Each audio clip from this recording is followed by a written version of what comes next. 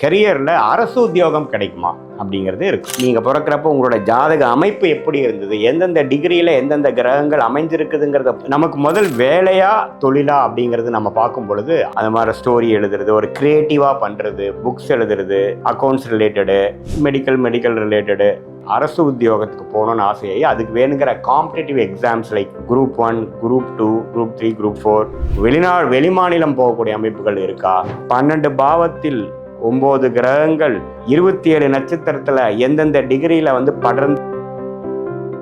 வணக்கம் மிரர் பக்தி நேயர்களே, நான் உங்கள் அன்பான சயின்டிஃபிக் வேதிக் அஸ்ட்ராலஜர் அஸ்ட்ரோ அருண்ஜி பேசுகிறேன். நல்லது நினைப்போம், நல்லதே நடக்கும். இப்போ பாருங்கள், நிறைய பேர்த்துக்கு வெளிநாடு போகிறது மாதிரி ஆசை இருக்கிற மாதிரி நம்மளுடைய கெரியரில் அரசு உத்தியோகம் கிடைக்குமா அப்படிங்கிறது இருக்குது. நிறைய பேருக்கு பார்த்தீங்கன்னா இந்த ப்ரைவேட் செக்டாரில் போகிறோமா, கார்ப்பரேட் செக்டாரா, அரசு உத்தியோகமா, தொழிலா, வேலையா, அப்படி தொழிலாக இருந்ததுன்னா எது மாதிரி தொழில் பண்ணலாம் என்ன அப்படிங்கிறது நிறைய கன்ஃபியூஷன் இருக்கும் படித்து முடிச்சதுக்கப்புறம். ஸோ இந்த வீடியோவில் நம்ம என்ன பார்க்க போகிறோன்னா, சயின்டிஃபிக் வேதிக் அஸ்ட்ராலஜி முறையில் எப்படி ஒருத்தருடைய கரியர் ஃபிக்ஸ் ஆகுது, எப்படி நம்மளுடைய சாய்ஸஸை நம்ம எடுத்து நம்ம கர்மாவின் அடிப்படையில் நம்ம பிறந்த தேதி, பிறந்த நேரம், பிறந்த ஊரை பொறுத்து நீங்கள் பிறக்கிறப்ப உங்களோட ஜாதக அமைப்பு எப்படி இருந்தது, எந்தெந்த டிகிரியில் எந்தெந்த கிரகங்கள் அமைஞ்சிருக்குதுங்கிறத பொறுத்து நீங்கள் என்ன லக்னம், என்ன ராசி, என்ன நட்சத்திரத்தெல்லாம் பொறுத்து, குறிப்பாக உங்களுடைய அரசு வேலையை கொடுக்கக்கூடிய சூரியன்கிற கிரகம் உங்கள் ஜாதகத்தில் எப்படி இருக்குது, 10ஆம் இடம் என்று சொல்லப்படுகிற ஸ்டேட்டஸ் இன் லைஃப் எப்படி இருக்குது, அந்த 10ஆம் வீட்டோட அதிபதியான கிரகம் எப்படி இருக்குது, இதெல்லாம் ஒருங்கிணைத்து நம்ம பார்க்கும் பொழுது நீங்கள் எந்த செக்டாரில் போவீங்க, எது மாதிரி அமைப்பில் உங்களுக்கு செட் ஆகும், எது வந்து உங்களுக்கு பிராப்தங்கள் காத்து இருக்கிறது அப்படிங்கிறத நம்ம தெரிஞ்சிட்டோம்னா தேவையற்ற சாய்ஸஸ், தேவையற்ற வழிகளை நம்ம தேடாமல் நம்மளுடைய கர்மா என்ன காட்டுதோ அதுக்கு தகுந்த மாதிரி நம்ம போகும் பொழுது எளிதாக எதிர்நீச்சல் போடாமல் ஈஸியாக நம்ம வந்து நம்மளுடைய குறிக்கோள்களை நம்ம அடைய முடியுங்கிறது நம்ம தெரிஞ்சுக்கிறோம். இப்போ பாருங்க, நமக்கு முதல் வேலையா தொழிலா அப்படிங்கிறது நம்ம பார்க்கும் பொழுது 6ஆம் இடம் கொஞ்சம் வலுத்து 10ஆம் இடத்துல வந்து கொஞ்சம் பலமான அமைப்பு இல்லாமல் போது. பலமான அமைப்புனா என்ன, சூரியன் செவ்வாய் எல்லாம் 10ஆம் இடத்துல இருக்கும் பொழுது தொழில் பண்ணலாம், ஓனாக ஏதோ ஒன்று பண்ணலாங்கிற ஆசையும் அந்த லீடர்ஷிப்பும் இருக்கும், ரிஸ்க் எடுக்கக்கூடிய அபிலிட்டி இருக்கும், ஆட்களை மேய்க்கக்கூடிய அபிலிட்டி இருக்கும். இல்லை சூரியன் வந்து 10ல் இல்லை சார், அவர் வந்து 8, 12, 3ஆம் இடம், 6ஆம் இடம் அது மாதிரி போய் மறைஞ்சிட்டாரு. அதே சமயத்தில் செவ்வாயும் பாருங்க அது மாதிரி திக்பலம் பெறக்கூடிய அமைப்புல எல்லாம் இல்லை, அவரும் பார்த்தீங்கன்னா நிஷ்பலத்தில் 8ல் போய் மறைஞ்சிட்டாரு. அப்படிங்கிற மாதிரிலாம் இருக்கும் பொழுது அவருக்கு இயற்கையாகவே வேலைக்கு போகிறது தான் அவங்களுக்கு வந்து ஒத்து வரும். அவங்களுடைய மென்டாலிட்டிக்கு, அவங்களோட கேரக்டருக்கு, அவங்களுடைய பர்சனாலிட்டிக்கு பார்த்தீங்கன்னா வேலைக்கு போகக்கூடிய அமைப்பு தான் அவங்களுக்கு நேச்சுரலாக வரும். அப்படி அவங்க நேச்சுரலாக அப்படி போகும் பொழுது அதில் எது மாதிரி வேலைகள் போகலாம், எந்த கிரகம் வலிமையாக இருக்கோ அந்த கிரகத்தின் காரத்துவம் அவங்க பண்ணலான்னு நினைப்பாங்க. இப்போ ஃபார் எக்ஸாம்பிள் புதன்கிற கிரகம் நல்லா இருந்ததுன்னா அவங்க ஐடி சார்ந்த விஷயங்கள், மீடியா சார்ந்த விஷயங்கள், அது மாதிரி ஸ்டோரி எழுதுறது, ஒரு கிரியேட்டிவாக பண்ணுறது, புக்ஸ் எழுதுறது, அக்கௌண்ட்ஸ் ரிலேட்டடு, அது மாதிரி விஷயத்துலலாம் கொஞ்சம் அவங்களுக்கு அறிவு சார்ந்த விஷயத்தில் அவங்களுக்கு இன்ட்ரெஸ்ட் வரும். இன்னைக்கு பார்த்தாலும் டெய்லி அவங்க யோசனை பண்ணி கிரியேட்டிவாக யோசிக்கிறது, லாஜிக்கலாக யோசிக்கிறது, மண்டையை புளிகிறது, மெமரி பவரில் அதிகமாக வச்சுக்கிறது அப்படிங்கிற மாதிரி விஷயங்கள்லாம் பண்ணுவாங்க. இதே மாதிரி செவ்வாய் பலமாக இருந்ததுன்னா மெடிக்கல் ரிலேட்டடு, ரியல் எஸ்டேட் அது மாதிரி விஷயங்கள் பண்ணுவாங்க. இப்போ சூரியன்கிற கிரகம் வந்து 10ஆம் இடத்துக்கு சம்மந்தப்படுது, 10க்கு வந்து குருவின் பார்வை, சுக்கிரனை அஸ்தங்கம் பண்ணுறது, பௌர்ணமி அன்னைக்கு பிறந்திருக்காங்க, அந்த பௌர்ணமியோட ஒளி சூரியன் மேலே விழுகுது.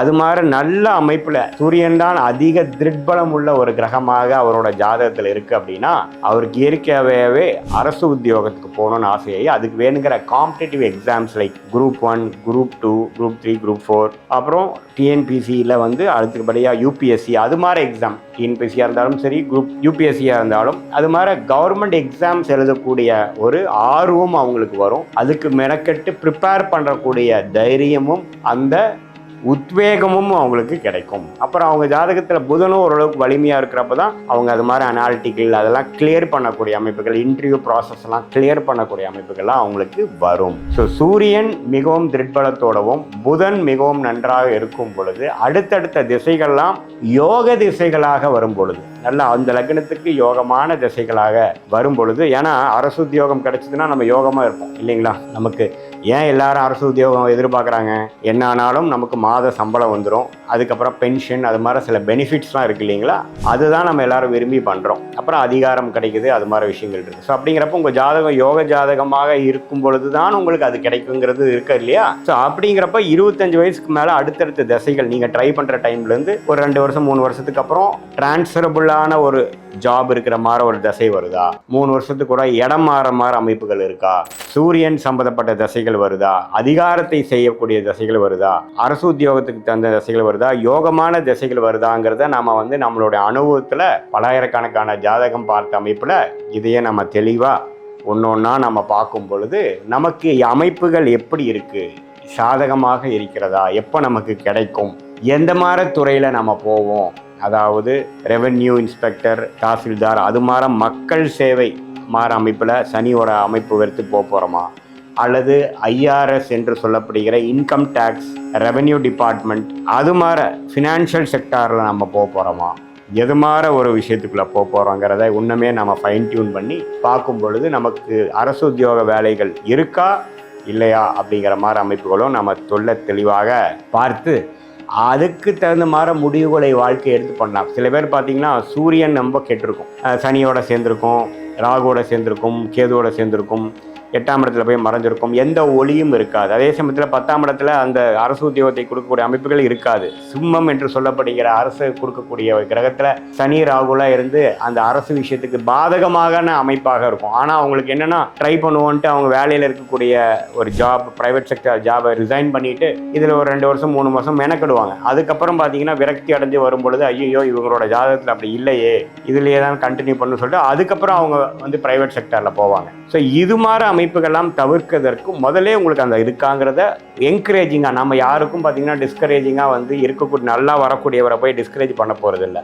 நமக்கு எது மாதிரி அமைப்பு இருக்குன்னு சொல்லி நல்லா இருந்ததுன்னா உத்வேகப்படுத்த போகிறோம், நல்லா செய்யலாம், ரிஸ்க் எடுத்து படிங்க, கண்டிப்பாக வரலான்னு சொல்ல போகிறோம். அப்படி சாதகமற்று இருக்கும் பொழுது இன்னொரு பிளான் பி வச்சுட்டு பண்ணுங்க. ஏன்னா அவ்வளோ ஸ்ட்ராங்காக நம்ம ஜாதகத்தில் இல்லை அப்படிங்கிறதையும் சொல்லி ஜாதகருக்கு அலர்ட் பண்ணுவோம். ஸோ இது முறை மூலமாக நமக்கு நேரம் விரயங்கள் ஆகுது, பல வருடங்கள் போகுது. இதெல்லாம் நம்ம தவிர்த்து நமக்கு என்ன கருமா இருக்கோ அதுக்கு தகுந்த மாதிரி விஷயங்களை நாமளே சென்று சாதித்து வாழ்க்கையில் எளிதாக எந்த ஒரு எதிர்நீச்சல் போடாமல் நமக்கு அரசு உத்தியோகத்தில் வாய்ப்புகள் இருக்கா, அரசு உத்தியோகத்தில் வாய்ப்பு இருந்தால் எது மாதிரி விஷயங்கள் தமிழ்நாடுக்குள்ளே நம்மளோட ஸ்டேட்டுக்குள்ளேயே மாறுவோமா, அல்லது வெளிமாநிலம் போகக்கூடிய அமைப்புகள் இருக்கா, எது மாதிரி நம்ம வந்து யூபிஎஸ்சி எழுதுவோமா, டிஎன்பிஎஸ்சி எழுதுவோமா, எந்த மாதிரி அமைப்புகள் இருக்குது, சரராசியில் வரக்கூடிய தசைகளாக வருகிறதா, எப்போ வந்து நமக்கு அது மாதிரி ப்ரொமோஷன் கிடைக்கும், எப்போ அந்த மாதிரி என்ட்ரி லெவல் கிடைக்கும், எப்போ நம்ம வந்து அதை கிளியர் பண்ணுவோம், எப்போ போஸ்டிங் கிடைக்கும், அப்புறம் அப்படி இல்லை என்றால் நமக்கு ப்ரைவேட் செக்டாரில் எந்த துறையில் போகலாம், உள்நாடா வெளிநாடா, வெளி மாநிலமா, அல்லது நம்ம வந்து ஒரு மாதிரி கவர்மெண்ட் எய்டடான விஷயத்துக்குள்ளே போவோமா, அல்லது வேலையே வேணான்னு தொழில் பண்ணி நம்ம ஜெயிப்போமா, ஃபேமிலி பிஸ்னஸ் போகலாமா, அல்லது ஓனாக ஏதோ பண்ணலாமா, அது இம்போர்ட் எக்ஸ்போர்ட் ரிலேட்டடாக பண்ணலாமா, அல்லது ஆன்லைனில் பண்ணலாமா, இது மாதிரி எல்லா விஷயங்களும் நம்மளுடைய ஜாதகத்தில் 12 பாவத்தில் 9 கிரகங்கள் 27 நட்சத்திரத்தில் எந்தெந்த டிகிரியில் வந்து படர்ந்து இருக்கிறது நீங்கள் பிறக்கும் பொழுது வைத்து தான் உங்களுடைய கர்ம வினை என்ன, நீங்கள் இந்த வாழ்க்கையில் எது மாதிரி விஷயங்கள் நீங்கள் வாழ வேண்டும், எது மாதிரி ஒரு வாழ்க்கை அமைச்சுக்கொள்ள வேண்டும், எது மாதிரி ஒரு கரியர் நீங்கள் ஃபிக்ஸ் பண்ணிக்கணும் அப்படிங்கிறது கடவுளால் நிச்சயிக்கப்பட்ட விஷயங்கள் என்னங்கிறது நீங்களே தெரிந்து அதுக்கு தகுந்த மாதிரி திட்டங்கள் தீட்டி நீங்கள் வாழ்க்கையில் வந்து அந்த வேலைகளை செய்து என்றால் எளிதில் வாழ்க்கையில் வெற்றி பெற முடியும் என்று சொல்ல விரும்புகிறேன். மீண்டும் மற்றொரு காணொளியில் சந்திப்போம். நன்றி, வணக்கம்.